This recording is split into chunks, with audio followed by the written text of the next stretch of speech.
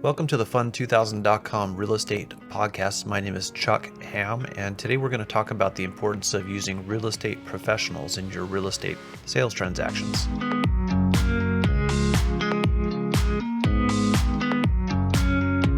Well, admittedly, we in the real estate sales industry take up a lot of the percentage of sales proceeds. There's a lot of services. There's a lot of money that goes towards our services. And I'm going to try to justify those funds right now during this podcast. Real estate agents, they will help you get the best value, whether you're a buyer, help you save money on the transaction. If you're a seller, they will also help you save money on the transaction and also get you the most for your property. Real estate agents will also guide you through the transaction. They'll help you save money in other ways and avoid risk and make sure you're compliant with all the laws. Real estate agents will guide you through inspection of title. They will guide you through the statutory disclosure laws. In California, we have lots of disclosures that are required by statute. You also have a lot of case law. You have things that you need to disclose as a seller, and some things that you don't need to disclose as a seller too, which an agent can help you with. So it is kind of a complex set of laws that we have in California, especially for sellers in disclosure. Agents will also help with the physical inspection process. They won't do the inspections, but they will recommend companies. They'll coordinate the appointments. They will help read reports, make sure that information gets to where it's supposed to go. The inspection is supposed to benefit the buyer, but in some cases it becomes a part of the transaction and the seller should see it as well. And the agents will help navigate all those kinds of inspection related issues. Agents should also help with other kinds of inspections. If the property, for example, is in an HOA, a homeowners association, I'm going to get into an example about that pretty soon. But a real estate agent should help inspect, make sure you get the HOA disclosures, specifically the financials. You're not going to have the opportunity to inspect the whole common area and the whole HOA property, but you can do a casual inspection, observe, walk around to see the general condition of the property that is owned by the HOA. But I think more importantly is you want to read the reports, you want to read the disclosures, you want to see what the financials say. You want to know if there's going to be a special assessment. You want to know if the HOA is generating enough income to fund its reserves for future projects, for current projects. If all of a sudden one day when they discover the roofs are leaking, that they have enough money to replace that roof, and they're doing the reserve studies that are supposed to cover those kinds of projects. So that's the HOA component.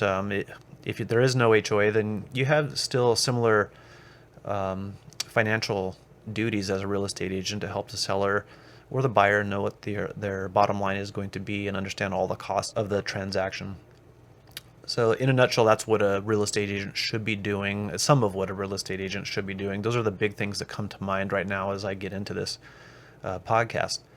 Title companies have a very important role. They will provide documents that relate to title on the subject property. So whether you're a buyer or a seller, you're going to want to use the services of a title company. They will provide not only the documents that show the condition of title, who owns a property, who has rights to the property, any other encumbrances against the property, but they also provide insurance against defects in title and against issues that arise after the transaction. And pretty much every lender requires title insurance. It's pretty much, I would say, unreasonable to not get title insurance and not to use the services of a title company. They are invaluable. So your real estate agent should help you through understanding the title company services that are available to you for whatever it is you're doing. Escrow companies are another set of professionals out there that assist in real estate transactions. Their job is to be a third-party intermediary, not to negotiate anything, but to send and receive cash. That's a part of the transaction. So if you're a buyer and you have an earnest money deposit that is due because your offer was accepted, The offer is probably going to state who the escrow company is, and that earnest money deposit should go to the escrow company. If you are a buyer who needs to get a loan and the loan is part of the purchase transaction, then the escrow company is going to receive the money from the lender at the close of escrow, right before the close of escrow, and then they will disperse those funds accordingly. The seller will be entitled to the majority of those funds in most cases, and the escrow company also uses the funds to disperse, uses the funds to pay the various service providers such as real estate agents, title companies themselves, the escrow companies, mortgage lenders, and so on. So escrow companies are not a required service. As a broker, I'm allowed to perform a function of escrow. Our office has done simple transactions without escrow companies before when they're very simple. We do not get into complex transactions as to replace an escrow company. Escrow companies are, again, another one of these invaluable services. You don't pay a lot of money for the amount of money that's involved and for the complexity of the transaction. You don't pay a whole lot of money for what they do. So it's almost unreasonable to not use an escrow company. But there are a few exceptions. Sometimes you have a very simple transaction and you can get around not using an escrow company. Mortgage lenders are another set of professionals in the real estate services industry. And that's a little bit more straightforward. Either you need them or you don't. If you have cash, you don't need a mortgage lender. So I'm not going to get into their services so much. They are invaluable for providing loans. We broker mortgages, and I would say if we were to talk about mortgage professionals, use California Mortgage Professional, that's us. We are California Mortgage Professionals, and we are a broker. If you're going to use a mortgage, broker the loan. Have a broker help you, because the broker can shop around the loan to various investors, to various lenders that are out there trying to get your business. We are way more competitive than banks, especially in recent years. Banks are having a hard time keeping up in the mortgage industry, and that's because I would say because of compliance issues, because of higher interest rates, because there's a lot going on right now. And what I'm finding is that brokering is the way to go. If you're trying to get into the business as a good business, even though we have higher interest rates right now and there's less mortgages than there were a few years ago, the mortgage broker business model is going to get the borrower the best deal. I'm not saying don't shop around to the banks, but don't neglect checking with us or any other broker, mortgage loan broker. All right, well, I want to talk about two different recent clients. I'm not going to say their name. I don't want to embarrass anybody. They happened this year. They had bad experiences, or one had a bad experience, and it's an ugly experience, and unfortunately we're involved. The other one almost, hopefully, doesn't have a bad experience.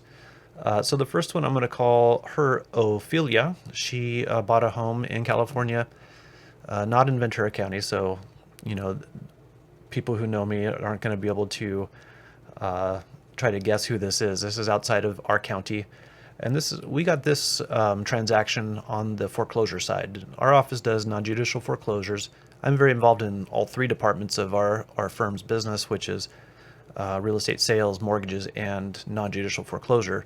This was in the non-judicial foreclosure side. A gentleman hired us to initiate foreclosure proceedings against a property where the borrower that he had loaned to no longer lived in the property. They sold the property many years ago, and the person they sold it to didn't pay on the loan that he had made. So this is an example of a seller and a buyer on this property that did not use the services of did not use real estate professionals in their transaction. And this probably benefited the seller. The seller was able to get cash and also was able to get payments. The lady paid the cash that she had, and she made payments to the seller but she never checked title to the property. I'm not saying she didn't know. She probably did know. She probably was aware. I'm hoping the seller disclosed to her that there was an outstanding loan against the property, but she never paid on that loan. She never bothered to check with the specific person who owned that loan. She didn't try to pay money. She didn't try to pay it off. So all these years have passed. She's since, in her mind, paid off the entire property. That's what she told me on the phone. She's a Spanish-speaking lady, so I speak Spanish, so I ended up talking to her directly. And I'm trying to help her because I don't want her to experience this foreclosure that our office has initiated against her. It's a sad situation because she and her family live there, and they're probably not going to be able to find anything else. So I'm doing my best to explain to her in her language the situation, and she gets it finally, and she's rounding up the money, and I'm glad she's doing that. But it's a difficult situation. She should have taken care of this many years ago, and according to our client, he tried to work it out many years ago, but he's received no response from anybody on payment of the money that was owed to him. So it might sound crazy, but you might not realize that you can buy a property and not know every encumbrance and every loan against the property. Well, that's what real estate professionals do for you. They help you see what are the encumbrances, what are the liens against the property, what are the loans against the property, what are you going to owe if you buy this property. Well, that's what happened to Ophelia. She bought this property. She thought she paid it off, and then this other lender who is owed thousands of dollars comes and collects, and he has a right to do that. So this could have been avoided if Ophelia had hired a real estate agent, and if they had used title services. If they had checked title, they would have seen this outstanding loan. I checked title myself. It was there. We cannot initiate foreclosure proceedings without there being a recorded instrument. Actually, we could have, but we cannot initiate foreclosure proceedings without there being a written document stating that the person we're representing has an interest in that property. In California, it all has to be in writing. And most of these get recorded. That's everybody gets notice. And she would have had notice, and under the law, she has constructive notice, but she just ignored it. And you can't ignore constructive notice. That's just the way constructive notice works. You are deemed to know what is made publicly available, and that's what title searches do. They inspect the publicly available title records, the records that are recorded, and other things as well. So that's Ophelia. She's now trying to negotiate, but she's not going to be able to negotiate anything except for paying it off in full. And she's now instead trying to. So she's trying to round up the money to get this guy paid. So that's a cautionary tale about the importance of using real estate agents and title companies when buying a home. Now, I'm going to talk about another person I'm going to call Alan. He is in our county. He believes that buyers, real estate agents, or he used to believe, hopefully we've educated him because we're friends with him, and Alan is not his name, by the way. We're friends with him, and we hope that Alan hires our firm to provide buyer real estate agent services. But he explained to us how he believed that buyers, real estate agents are middlemen, and they don't really earn or deserve the 2.5% commission that he had learned that we would receive. So we've begun explaining to him that if he does try to proceed without a buyer's real estate agent, he could have the same kind of problems as Ophelia.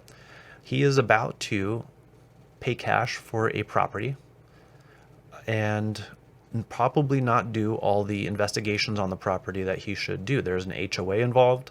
There's going to be title issues involved.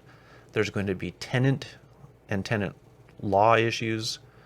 It seems to me that based on his not understanding the law and not understanding the nature of the real estate business and all these things that I'm explaining in this episode, that he was going to neglect all those things. He had cash. If he would have used a loan, the lender would require things like appraisals, title insurance, all the things that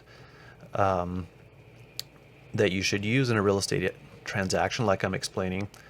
But when you have cash, you have the ability to not use all of these services such as title and appraisals and escrow services. You have the ability to avoid all those things, and that's to your detriment. That's why the lenders use these things, because they know it is a reasonable cost, but a required and necessary service. It's prudent was the word we use the in the business world. Prudent meaning you really would be unreasonable to not use it, probably. So our experience with HOAs is you better inspect the HOA documents. You better look at the financials. We've had situations where it's told to us, the seller and the listing agent will tell us when we're representing a buyer, that the HOA is in great condition. You should come check out the property. It's got a golf course and it's got all these other things. But then we read the reserve study, which is buried in the financial disclosures. If you don't know what you're looking for, or you don't know that you should look for it, then it might as well be buried there. We read them on every transaction. The reserve study, in a couple of different situations that I've had over the past few years, says, oh, we are considering a special assessment.